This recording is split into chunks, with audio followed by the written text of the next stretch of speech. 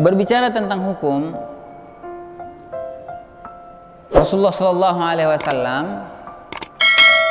telah mengatakan kepada kita bahwa masjid tidak dibolehkan bagi orang yang berhaid. Kata Rasulullah Shallallahu Alaihi Wasallam,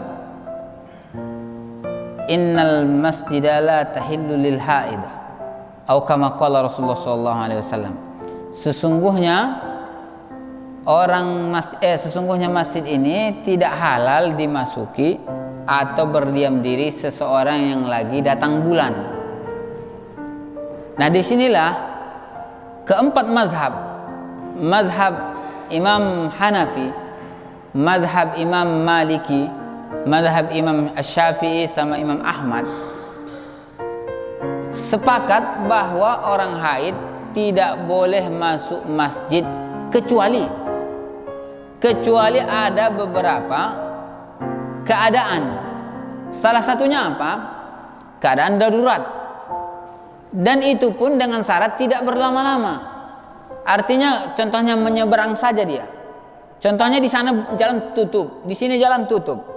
Tidak bisa dia melewati, dia mau ke sana kecuali dari sini masjid ini. Maka dia boleh hanya sekedar melewat saja. Itu pun dia yakin bahwa tidak akan mengotori masjid. Maafnya tidak menetes tadi darah haid tersebut. Satu. Yang kedua, ketika keadaan darurat, contohnya apa? Tidak ada lagi perlindungan, contohnya dikejar, contohnya binatang buas, anjing atau apa. Tidak ada lagi kecuali ke masjid. Dia untuk bersembunyi atau menyelamatkan diri. Ini tidak mengapa. Atau apa yang dikatakan yang tak boleh didatang ke dalam masjid itu yang macam mana? Yang dikatakan yang tak boleh itu masuknya kepada haramal masjid, marwah masjid. Marwah masjid itu apa? Sesuatu yang haramal masjidnya. Contohnya macam mana? Kalau ini haramal masjid, ini masuk haramal masjid semuanya, sama seperti teras. Tapi kalau lapangannya, kan sebelum gerbang itu kan ada itu tempat apanya itu.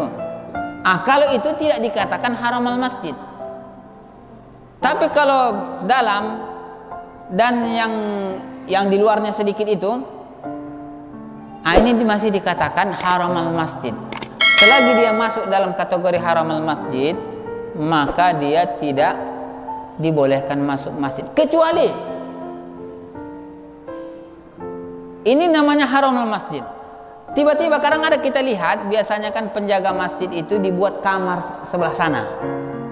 Walaupun dia bersanding, itu bukan dikatakan haramul masjid.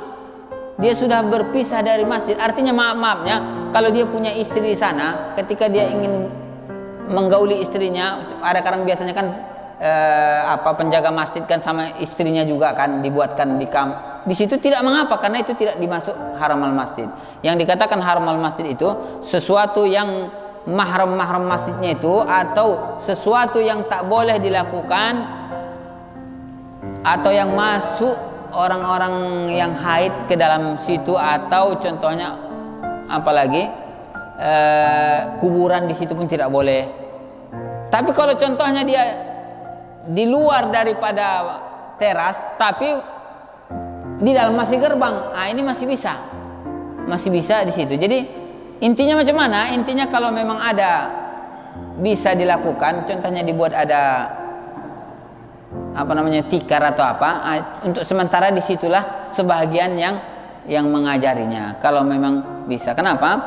Karena teras pun, kalau terasnya yang model begini, yang di luar ini termasuk haramal masjid, itulah sepengetahuan saya. Jadi apakah boleh kalau modelnya terasnya, kadang kan ada juga yang di keramik, modelnya yang luar sana itu ada yang di keramik. Ini tidak dikatakan haramal masjid. Nah, seperti itu. Secara singkatnya begitu. Dalam kondisi seperti kami, seandainya 40 itu pendapat seperti Ustaz, ada yang mengajarkan lagi Betul. Apakah dari dikatakan darurat, sedangkan ilmu harus digunakan diajarkan kepada anak-anaknya. Masalah di anak-anak yang bukan ada masalah kurang. Sedangkan sudah kami buat 7 bulan, ini masih belum terjadi. Apalagi sempat guru-guru nanti Libur atau apa? semua tak tersampaikan di sana. Dia melakukan sama kita. Apakah ini dikatakan darurat? Misalnya pakaian inilah cara yang harus jadi warna. Kalau kita buat contohnya kurang kondisif ya, kalau kita buat contohnya di pelataran itu kita buat tikar atau apa, mungkin susah ya, atau bagaimana? Atau ada ruangan lagi yang bisa dipakai kira-kira?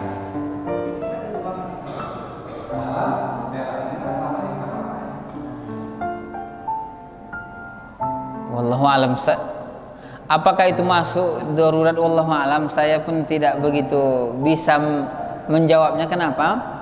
Karena sepengetahuan saya, haramal masjid itu sesuatu yang dikatakan haramal masjid itu inilah dia dengan teras yang biasa dipakai untuk sholat. Nah, seperti itu.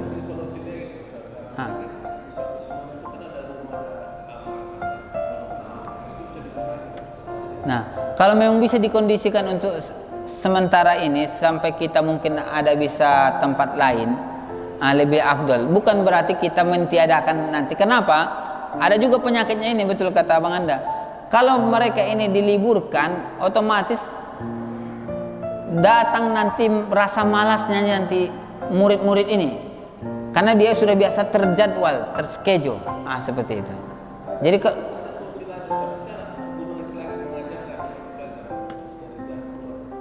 bagus kalau lebih, tapi mungkin mencarinya itu susah, guru pengganti untuk semasa haid, ya kan?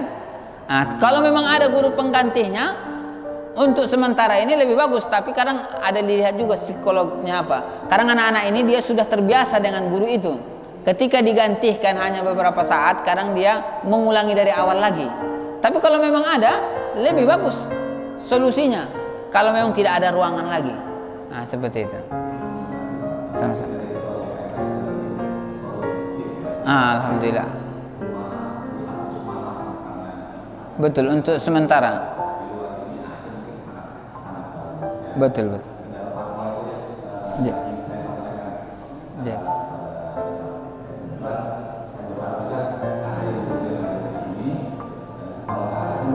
Ada itu, insya Allah. Betul. Tinggal betul, sahih. Waalaikumsalam warahmatullahi wabarakatuh. Ada lagi yang lain Pak Ibu?